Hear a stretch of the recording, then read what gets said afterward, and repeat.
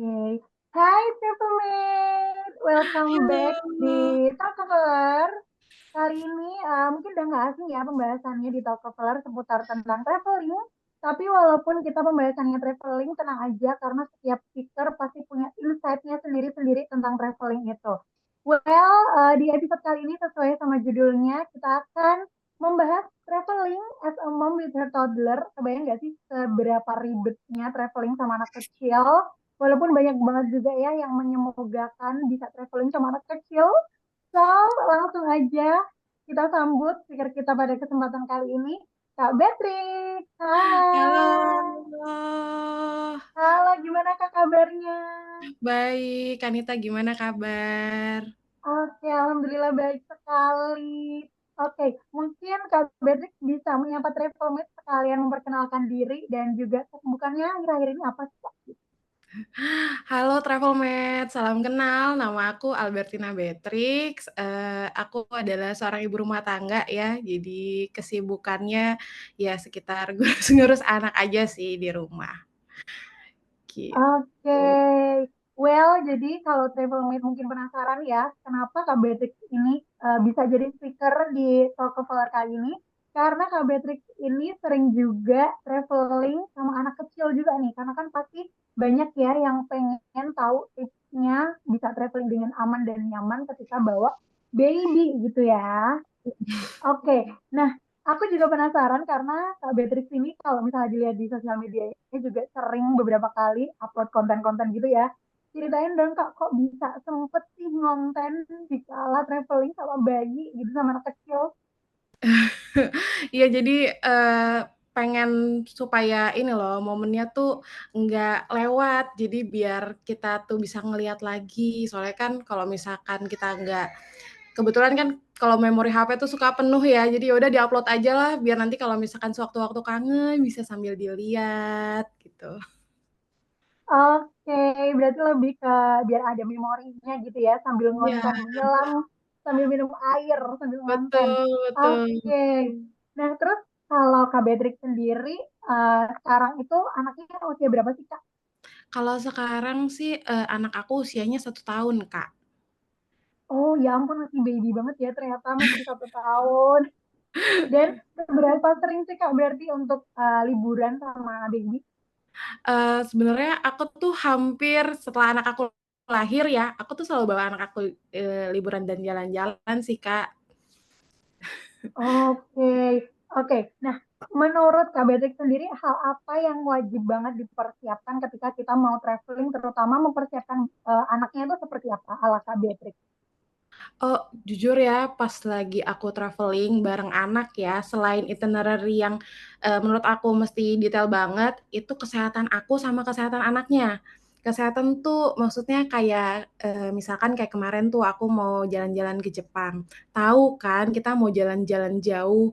Nah, jadi kita tuh aku sebelum berangkat itu latihan sampai simulasi 8.000 langkah setiap hari. Soalnya kan nanti di sana harus gendong lagi, bawa lagi, transportasi, jadi harus fit banget, baik aku sama anaknya. Jadi udah jaga kesehatan dengan minum vitamin dan lain sebagainya, gitu, Kak. Oke, berarti lebih ke preparation sebelum berangkat tuh benar-benar disiapkan ya dari segi Banget. kesehatannya.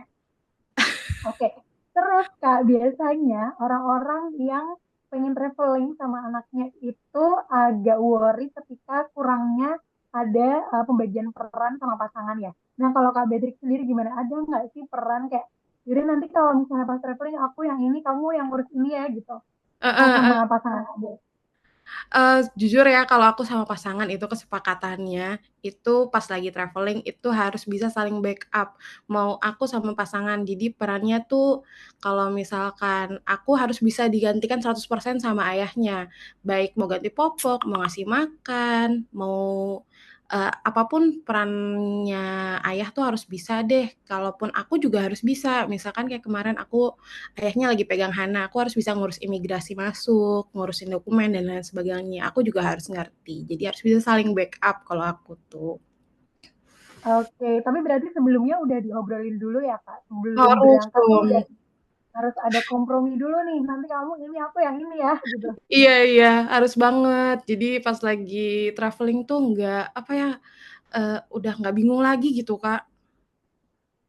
Oke, well berarti bisa dibilang Kak Beatrix ini tipe yang ketika mau traveling benar-benar well prepared banget sedetail mungkin, ya kan? Iya, heeh, detail Oke, banget. terus, terus kalau misalnya mau traveling gitu, emang lebih suka untuk bikin itinerary sendiri atau kayak ikut tour atau gimana?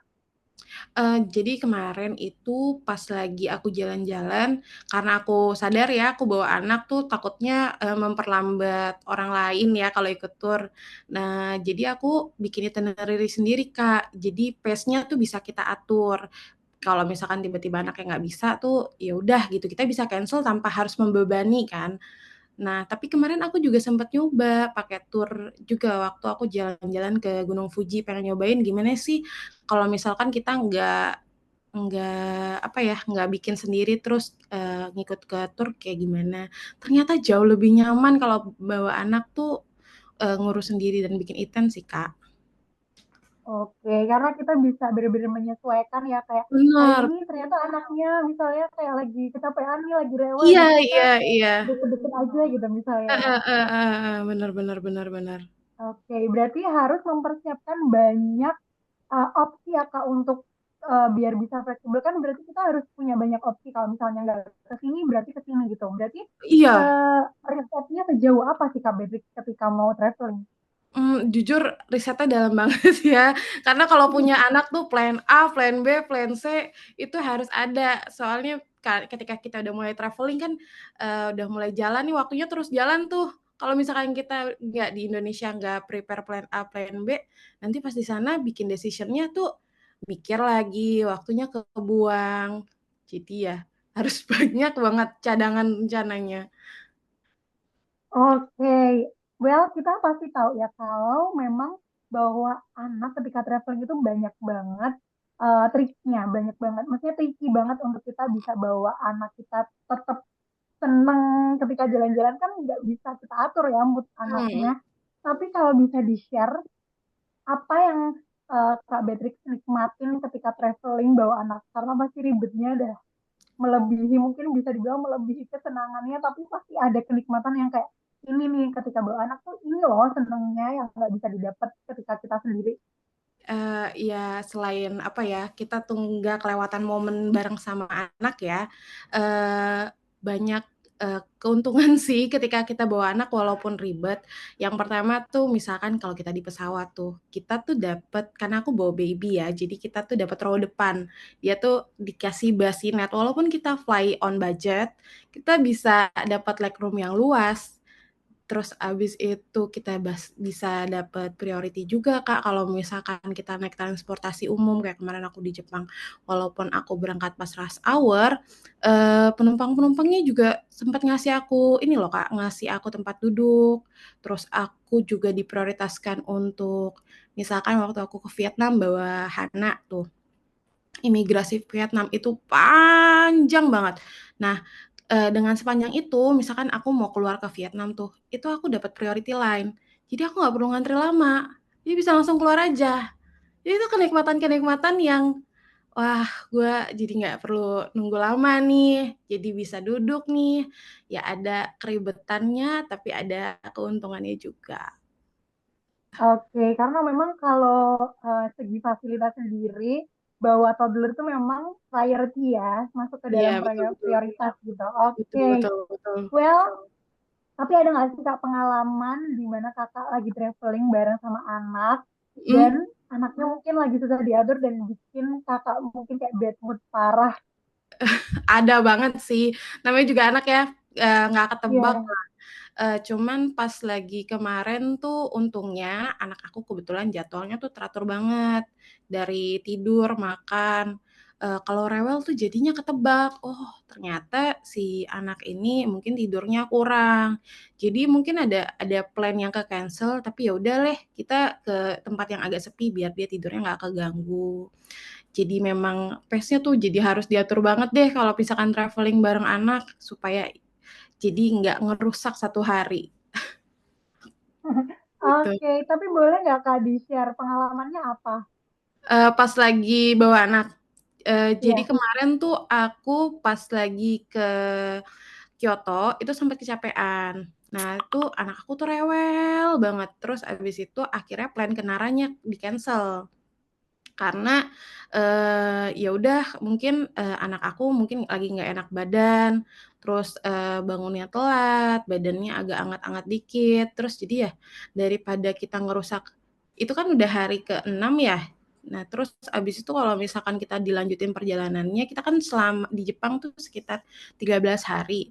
Kalau misalkan kita di sana maksa nih di hari itu kita harus ke Nara, kita harus ini dengan keadaan rewel, terus kita tetap berangkat, penumpang di kereta terganggu kan, apalagi di kereta Jepang tuh cukup menghargai kita untuk nggak ngobrol kan di dalam kereta, itu pasti akan sangat terganggu tuh orang-orang. Jadi ya udah deh, kita ke Naranya di-cancel aja, kita kemana aja deh, ke akuarium kayak kemana gitu.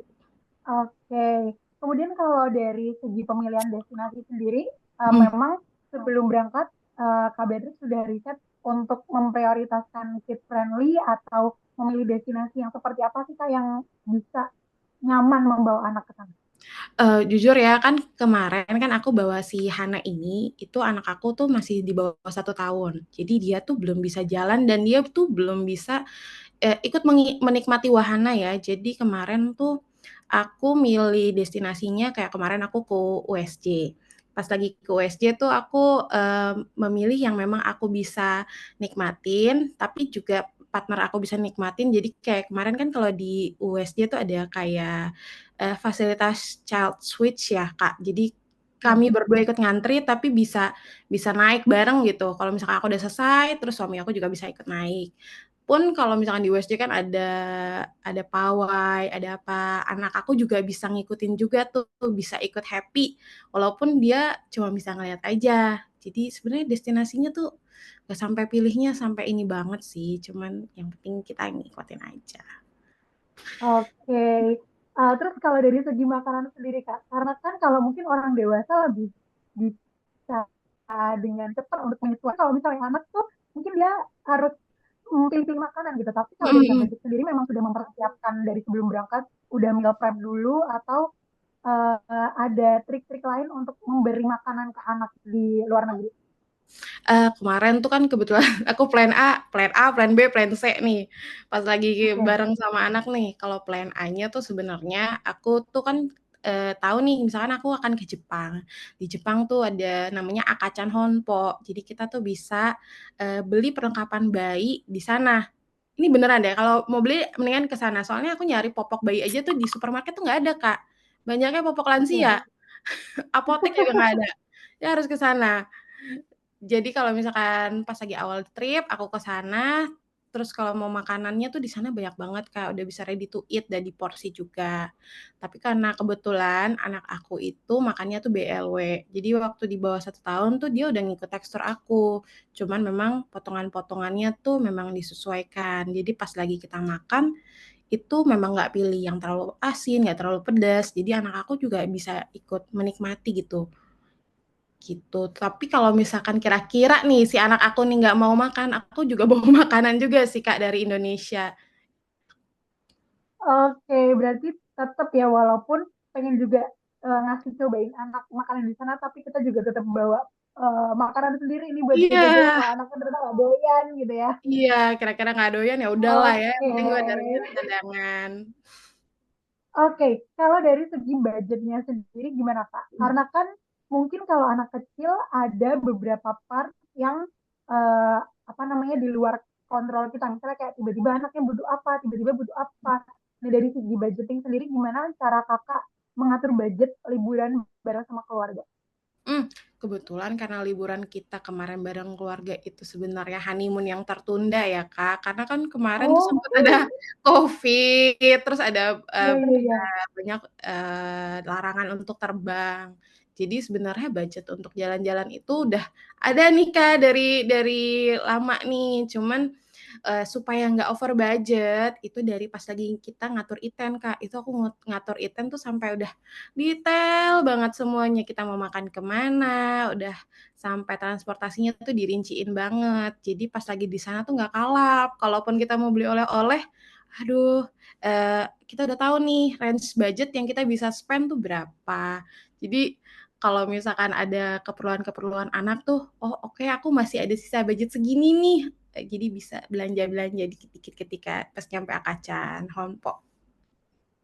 Oke, tapi mungkin dari tadi udah share ya tentang pengalamannya liburan bareng sama anak dan juga partner gitu. Tapi kalau dari Kak Badrik sendiri, pernah nggak kepikiran kayak kayaknya aku pengen deh sesekali kalau traveling gitu, liburan sendiri nggak pengen nggak sama anak nggak sama pasangan gitu. Pernah nggak terbesit gitu Kak?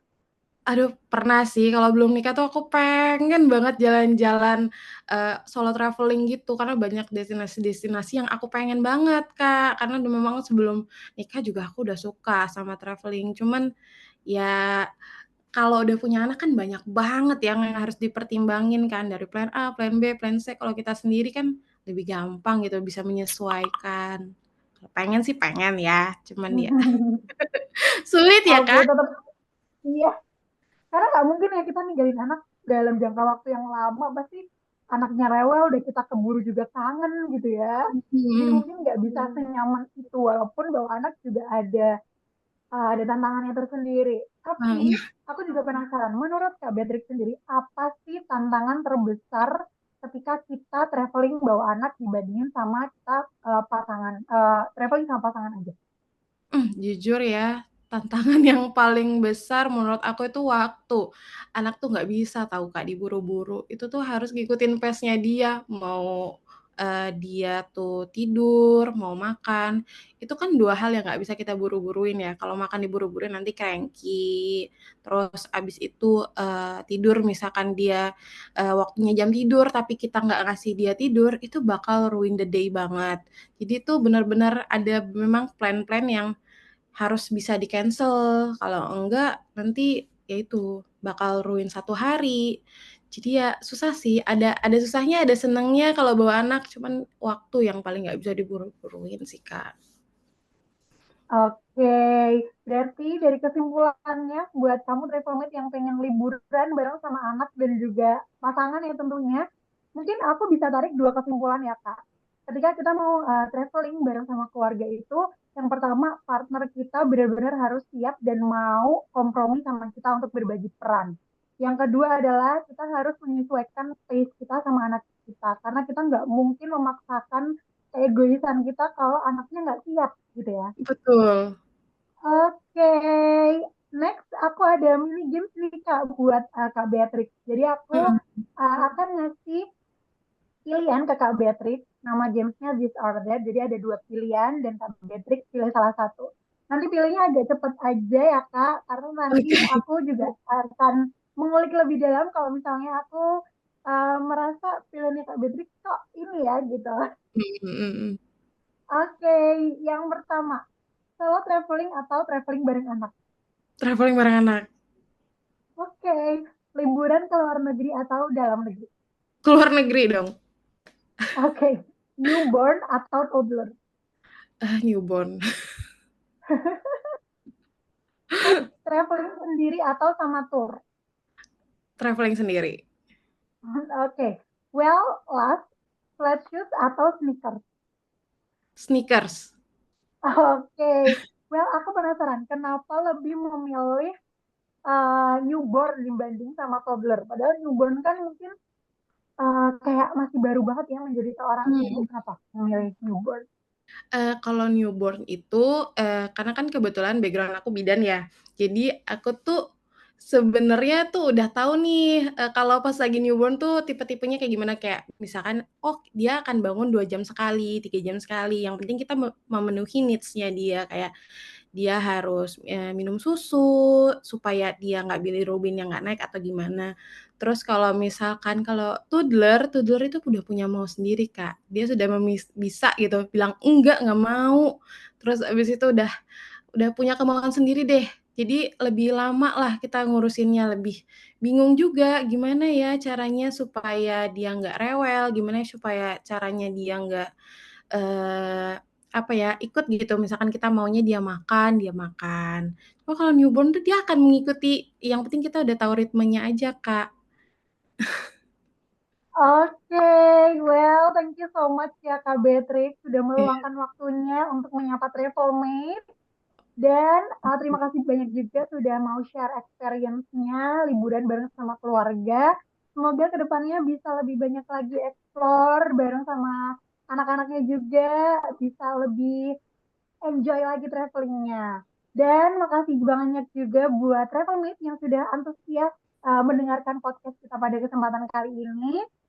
Semoga buat kamu yang mau traveling bareng sama anak bisa terbantu banget podcast ini buat kamu mempersiapkan detail-detailnya.